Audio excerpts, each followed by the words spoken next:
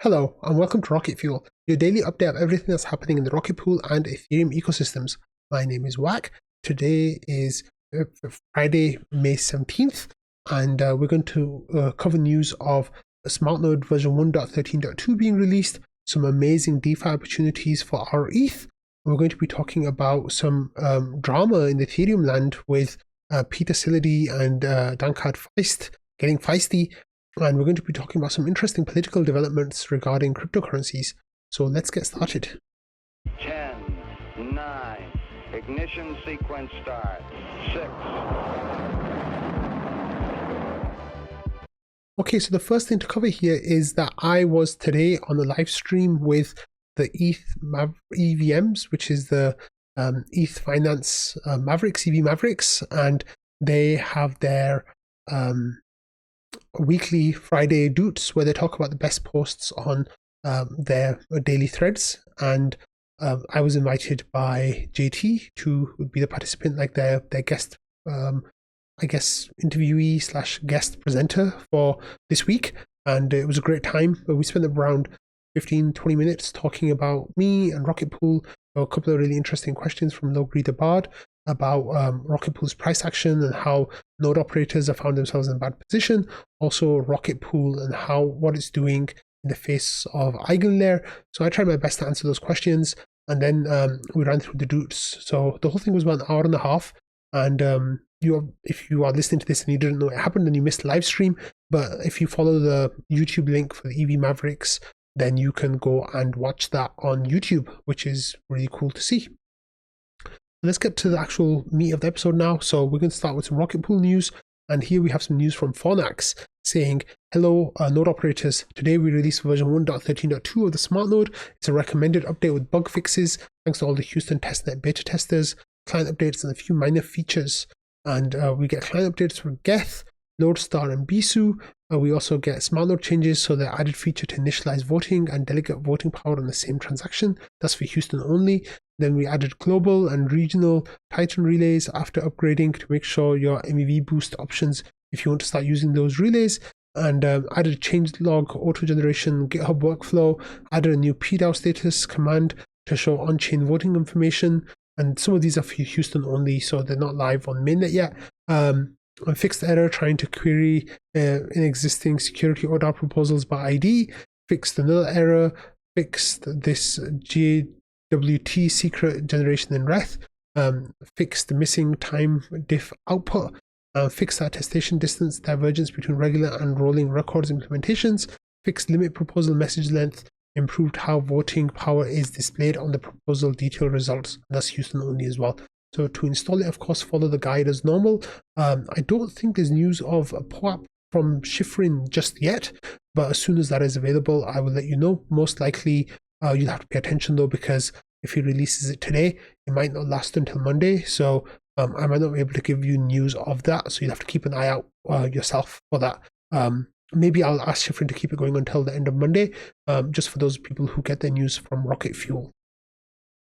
Okay, next we got some really interesting news from Regex Buster with the latest DeFi update. So this was shared by stakerocketpool.eth. They're saying that PancakeSwap is our current highest APR on the Rocket Pool risk optimized DeFi sheet. Their APR is strong at 37.16%. This is the second update in a row where PancakeSwap is at the top protocol. If you have a look over here, there's a screenshot. It shows that the APR is 37.16%. That, of course, is not to say that there's not yield elsewhere. You can go on Balancer to get 15% on Optimism. Beethoven will give you 10% on Optimism. These are for our ETH. The Balancer pool, the one with 15% is for our ETH Anchor ETH. So that's a staking pool, stake LST pool, which is actually quite interesting if you want to hold Anchor ETH. But for Beethoven, that's our ETH Wrapped ETH, and then that's with Aura yield farming as well. And then the PancakeSwap, of course, that we talked about, that is by far the most outstanding yield this time around. If you want to see what those yields are for your RETH, also check out the link to the Google Doc. That is, you can follow it by going to rpldefi.com. I think that's the address. Yeah, rpldefi.com. Yeah. So go there, it'll take you to the Google Sheet with all the information of the yield, but that PancakeSwap yield is absolutely amazing. I'm not sure if it's still that high, but at the time where Regex Buster took the screenshot, then it was looking really good. Of course, as always with DeFi, it's risky. You could lose what you put in. Please keep that in mind. And the fact that I cover it on the show doesn't mean that I'm endorsing the product. It's just letting you know that that is available. Okay, next, Valdorf yesterday pinged a few community members saying, hey guys, I need your personal statements, basically nominee statements, and you have around 45 hours from the time of that post. Well, I was one of the people who got my statements ready last night, and we've got a whole bunch of other people as well. So far we have statements from Valdorf, we have statements from Dr. Worm, Dookie, Phils.eth, Samus, here, Pateris, Non-Fungible Yokum. Then there's my statement, and Halululo next. And then there's my statement. So I say my alignment statement is I spend every day thinking about and existing in the Rocket Pool ecosystem through my work and personal interest in the protocol and community. For the majority of people inside and outside of Rocket Pool, I am one of the faces of the community. Conflict statement: almost all my crypto holdings are in RPL and ETH, with small holdings of airdrops that have been given/farmed. I was given an OG airdrop of the Diva token that is currently locked and valueless, blah, blah, blah. I said I'm also PDAO grants GMC committee GMC member through the PDAO, and I've served there since its inception. I don't believe this will act as any kind of impediment to my work on the IMC. With my identity statement, I said I met approximately 100 people from the Rocket Pool community at meetups in Chicago and at ETH Denver in 2023 and 2024. Many people in the community know my full name, my address, and my phone number. However, I would prefer this information not be publicly disclosed. I worked as a teacher for 7 years, then worked at university in an admin position.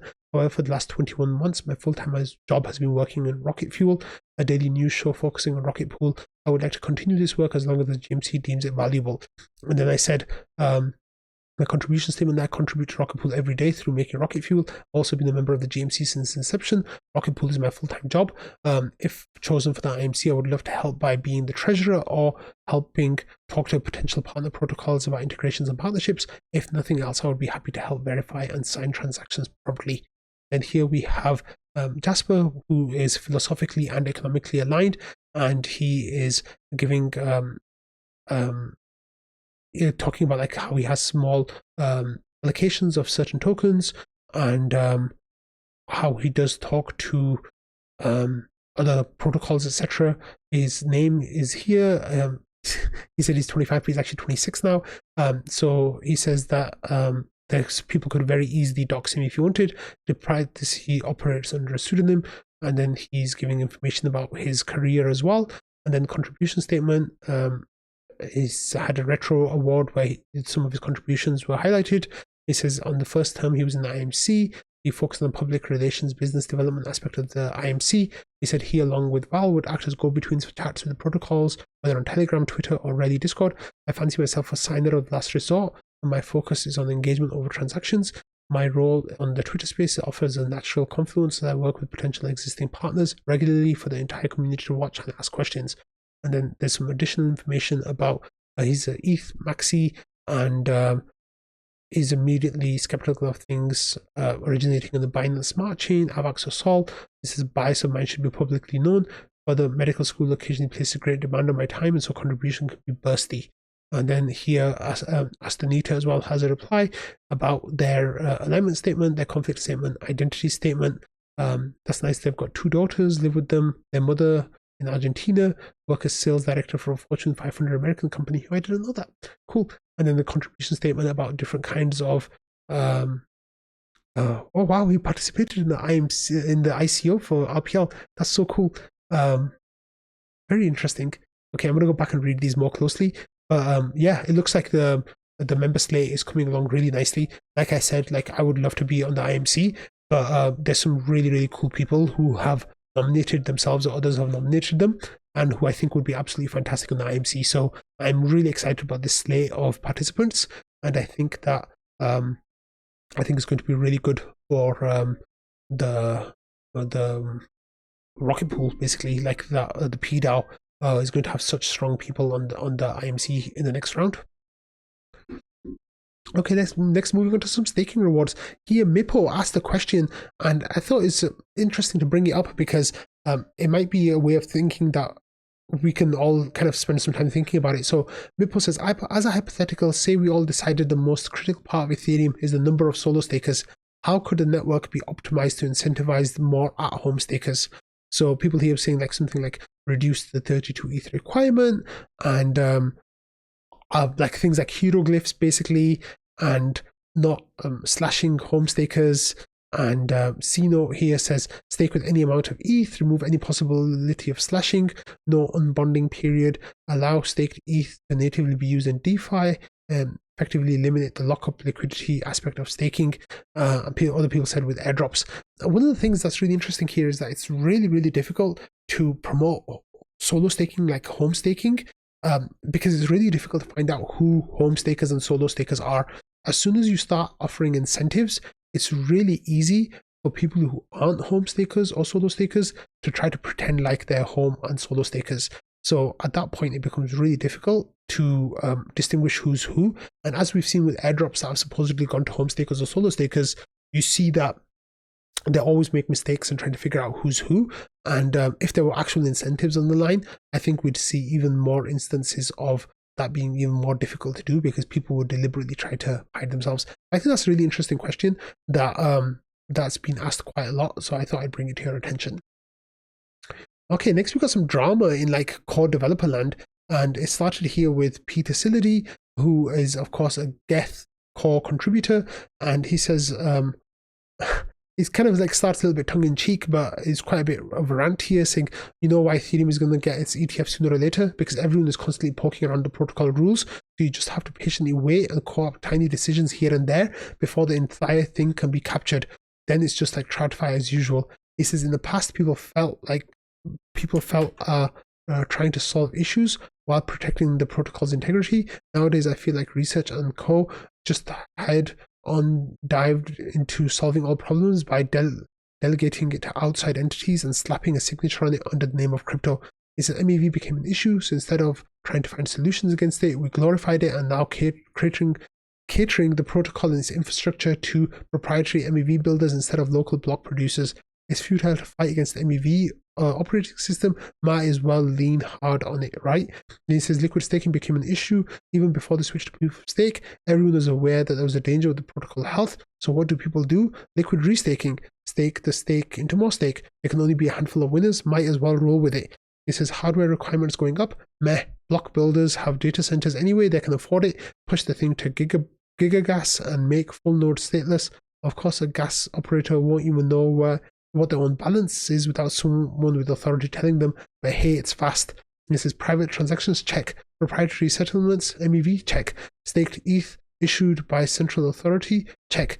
Zero local miner pips will nuke local stakers. Gigagas hardware requirements will nuke local nodes. Voila, the banking system recreated, all privately held and operated. You'll own nothing and be happy. So this thread really ruffled a lot of feathers, and the replies were like numerous. However, there's one interesting reply that came here from Dankard Feist, and Dankard is an Ethereum researcher, and you might know his name as being part of Dank sharding, because the part that was his idea. So he says, this is such a lazy take, talking about MEV. If you can't also tell me what your supposed solutions are to let local block producers extract MEV. For everyone who hates it so much on Mev Boost now, in 2022, before the merge, we talked to Flashbots about what their plans were. They said they will probably just continue what they were doing now. Instead of working with the mining pools, work with big staking pools. That was the only option because their protocol was fully trusted, so they couldn't work with solo stakers. There would have been a low carb crusader once a day if they did. And then it says, now we see how bad that would have been. This would have meant big staking pools getting 2 to 5% more yield than everyone else.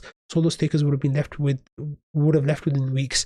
And it says this is why we pushed to develop MEV Boost. The alternative would have been to delay the merge for years until other solutions came, or fuck the solo stakers instantly. He says now we should find better solutions for toxic MEV by all means, but that still doesn't remove MEV auctions, because arbitrage and liquidations and other MEV are just a fact of life that come with having useful and viable protocols on chain. You're not going to run a state-of-the-art liquidation and trading bot on your local node, because the best ones are proprietary knowledge and require capital both on chain and on exchanges. So just go and tell me your solutions. Maybe they're or maybe they are what we should just not be a successful chain, but instead be enthusiasts in our basement. But if we do want to be successful, we need to make some compromises, both to scale and to deal with the pressures that come from having lots of value on chain.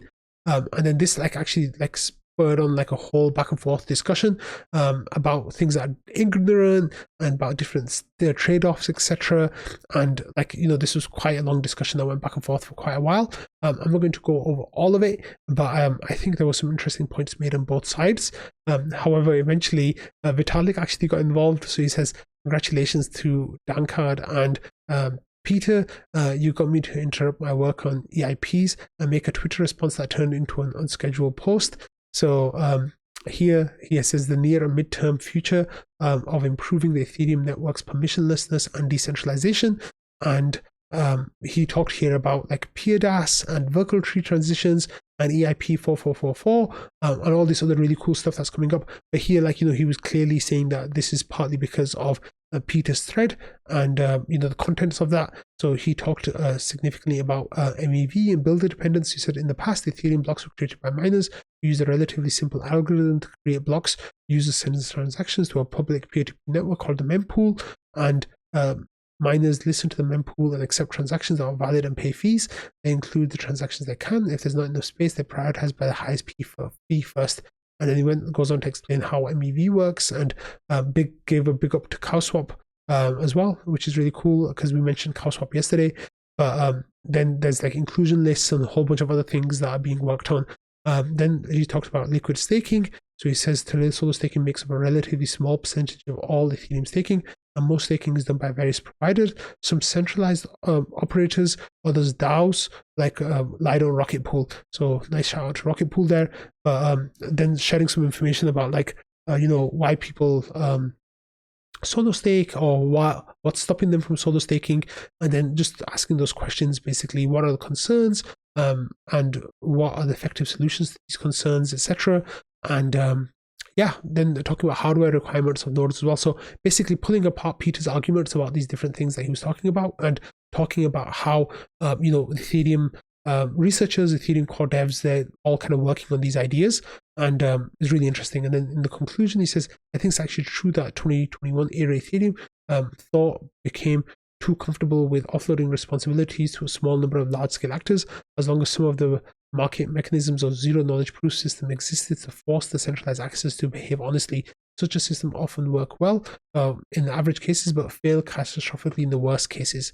So at the same time, I think it's important to emphasize that current Ethereum protocol proposals have already significantly moved away from that kind of model and taken the need for a fully decentralized network much more seriously.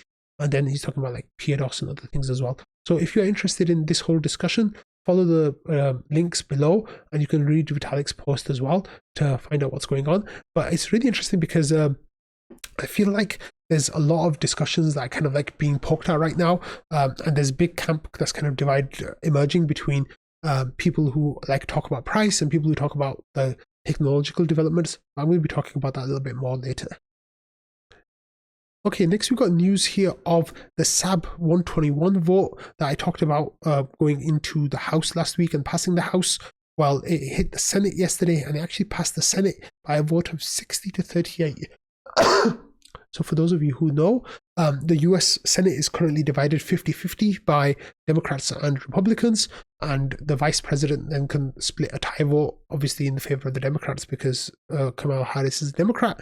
But this was actually a whole bunch of Democrats voting against, the Biden administration pretty much. And here there's the name of a bunch of senators who voted against it. So Alexander Grieve here says, the first standalone crypto bill ever to pass both chambers of Congress sails through the Senate at 60-38.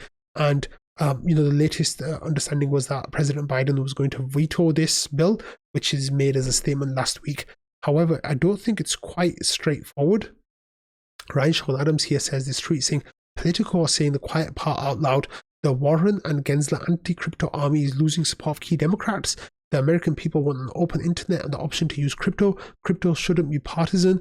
Pro-crypto is pro-American values. So what's really interesting here is that mainstream political pundits now are talking about how this branch of the Democratic Party who are anti-crypto are actually losing a lot of power and losing momentum in in government, and their influence is waning, shown by this vote, and by the fact that the Democrats in the House and in the Senate both voted against party lines to pass this SAB 121 rule, overrule it, basically overruled the SEC's decision here. So just this highlight, and Senator Elizabeth Warren's anti-crypto crusade is facing pressure from her own party. Dozens of Democrats, including Senate Majority Leader Chuck Schumer, have broken with her in recent days in support for effort to undo the SEC guidelines. So I think this is actually really interesting here, and it's going to be very curious to keep an eye on this and see how things develop in the next few weeks. Of course, the ETF is expected to be denied next week. However, the ramifications of this week might be felt further going forward, and the power from the anti-crypto body of the Democratic Party might be waning, which might be positive for crypto and its adoption into traditional finance systems in the US going forwards. Okay, next we've got this tweet here from Ericsson.eth, and Ericsson works for Taiko, which is a base rollup, and they move their sequencing onto layer 1, and it's supposed to be all decentralized all from the beginning. Works with Taiko, and here retweeting a Taiko post saying plans to integrate more ZK VMs, extend the pipeline for WASM ZK VMs, direct integration with Reth, that's the execution client, not RETH, which is the liquid staking token, to enable real-time proving of blocks, and modularized and architecture to integrate multi-chain with block proof, get ready for real-time proving ending rollup finality. Proving enabled rollup finality. So what does this mean? Here, direct integration with Reth to enable real-time proving of blocks. You know what this means? Synchronous composability across multiple base rollups. This is currently the biggest roadblock for rollup fragmentation, and it's about to get solved. So what does this mean? Rollup fragmentation at the moment means that if you have an asset on Arbitrum, it can't talk to an asset on ZK Sync, which can't talk to an asset on Base, and this is fragmentation of liquidity, right? So if you have 100,000 ETH on Optimism, 100,000 ETH on Arbitrum, and 100,000 ETH on ZK Sync, you can't get them all together and do something with 300,000 ETH, for example. That works with these base rollups that have synchronous composability. So the way these work is that they communicate through the layer 1, and with this finality now that Taiko is saying that Reth will provide them, it means that you'll be able to act across multiple base rollups without noticing any fragmentation of any kind of liquidity. So here Ericsson says this is currently the biggest roadblock in rollup fragmentation, and it's about to get solved. So Taiko, people are sleeping on Taiko. People don't even know what Taiko is, and it's going to launch really soon.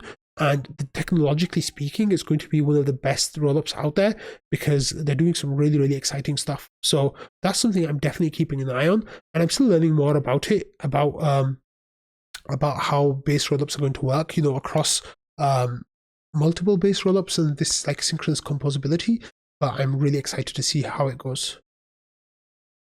Okay, so next we're going to cover a little bit of ETH doomer / optimist posting. So sentiment for Ethereum recently has been absolutely horrendous, and a lot of people are kind of panicking. The ratio is down against BTC, the price hasn't moved as much, whereas other tokens have moved since the bear market, and everyone's kind of panicky, and people are jittery, I guess. So a few people have come out and kind of talked about this. So Matt says, remembering that time in 2020 when everyone thought it was over for Ethereum and crypto as a whole, apparently there was no use cases beyond ICOs, yet things like Uniswap came to the forefront, and now we've got things like Farcaster, Lens Protocol, we've got smart wallets coming from Coinbase and Immutable and Infinix, and others, and there's really exciting stuff. And here Crypto Alchemist says that I remember ETH will die in 2017 and Neo will take over. At this point, ETH is over is a meme, the same as BTC is over, lapping on crypto Twitter. And then Evan here says Ethereum has a comms problem, and the funny thing is it always has and has succeeded in spite of it. This is not new, and the idea is that we're just not very good at messaging and getting our word out about all the cool thing that's happening on Ethereum, and we let other protocols just kind of take over the messaging, and a lot of people from Ethereum, who are building on Ethereum, have moved over to Farcaster. So it's kind of like left a hole on crypto Twitter where people feel a lot of the sentiment is shaped. Liam here says Ethereum morale on crypto Twitter is all-time lows, but layer 2's user base breaking through all-time highs. What does that tell you? That Ethereum is more than just crypto Twitter. And DC Investor here had an interesting take. He says shit posters didn't take over the Ethereum narrative. It's just that everyone else from Ethereum literally stopped posting here in any meaningful capacity. Do you want to change that? Post real info about the protocol, apps, etc. that you want to see spread. Not forever complain about the few who actually stayed to fight while everyone else literally gave up on public internet discussion and people who might actually disagree with them. So there's some like side drama there that I'm not really going to get into, but I think it's really interesting that we've seen some more core developers coming back to Ethereum over the last few days and making posts like Dankard, Vitalik, and others. I really hope that they are going to stick around more and really get the word out about all the really amazing things that they're doing with Ethereum. Okay, so next we've got some news out of Coinbase, and Coinbase are showing a lot of bullishness on Ethereum right now. So here there's a story from the block saying Coinbase says the market is underestimating the timing and the odds of a spot Ethereum ETF approval. So I think that's really interesting because it seems like everyone, myself included, are pretty pessimistic about a spot ETF approval getting done next week. And the idea is that, the SEC will use some excuse to deny the ETF, which will then be challenged in court. And the court case will take 6 months to a year, at which point the judges will rule in favor of Ethereum or the ETF going through. Not Ethereum necessarily, but like the ETF applicants. And what would happen then is that, the ETF will be approved. But what they mean then by the market is underestimating, I think this is really interesting. So that's definitely something to keep an eye on. But as always here, like Jesse Pollack is completely like bullish on Ethereum, saying, I don't know what Ethereum you're talking about, but the one I'm working on just drove fees down 10x with 4844, made crypto usable with smart wallets, is rapidly onboarding new users and builders. Ignore the price, let's less talk, build more. So this is really interesting. Like D over here asked if it came down to it, would Base ever considering using another data availability service outside of Ethereum? And Jesse Pollack says, come down to what? We're building Base to be the most trusted global economy that humanity has ever seen. We see a clear path to scaling Ethereum data availability to support that and have already shipped the first phase of that effort. And this is insinuating that gigagas effort that they're working on, that, they want to increase scalability like 400x from where it started with blobs and how high they want it to go. So that is really curious and really interesting to see that, their bullishness is not waning at all. The ETF thing is curious to see as well. I guess we'll get an answer about that next week. Okay, so going back to the Rocket Pool Discord here, but in some other news now, Meek here posted about Celcius litigation. So he says, in case anyone else wants to feel fortunate today, know that you aren't about to get sued by the Celcius Litigation Trust for withholding funds, for withdrawing funds 90 days before bankruptcy. So we all know that Celcius went bankrupt in 2022, and it was a horrible event. Meek here had some crypto on Celcius, and as he got the first ideas of something going wrong with Celcius, he withdrew all his funds from Celcius. However, that was within 90 days of Celcius claiming bankruptcy, and the way it works is there's a part of law called a clawback law, which means that if you withdrew your funds from a service that declares bankruptcy 90 days within that period, then they can ask for that money back and you have to give it to them, which is absolute bullshit. But Meek sadly is on the receiving end of that. So here people were talking about how it works. He says, so they sent out demand letters for those of those who didn't accept their insane settlement offers. Lawsuits come next. They want the funds back, like kind, the full amount. It's insane. So of course, for people who just got gonna get the settlements from FTX, that is not like kind, right? Like if you had Sol on FTX, you're going to get the dollar amount of the Sol plus 20% or whatever it is at that time. So that was November 2021, which was really dark time, basically 2022. Sorry, it was really dark time for crypto prices. Like it was the worst of the bear market. Sol was $8. Those guys are going to get $12 back for that. or $10 back for that. Sol now is $170 or something like that, $150. So these guys are saying they want like-kind crypto back. And so Meek is going to sue them. He's part of a lawsuit, and he's part of a defense group that's retained Troutman Pepper to fight this. And he says these guys seriously awful people, not to mention they have burned hundreds of millions of creditors' money in legal fees in the whole bankruptcy process. Celcius victims got hit harder than anyone else in these bankruptcies. So if you were in Celcius, I feel bad for you. That's horrible. I'm sorry. And especially sorry for Meek here. Okay, and finally the end with some surreal news here. So Zach XBT shared this in his Telegram, and Jasper shared it in the Twitter, in the Rocket Pool Discord.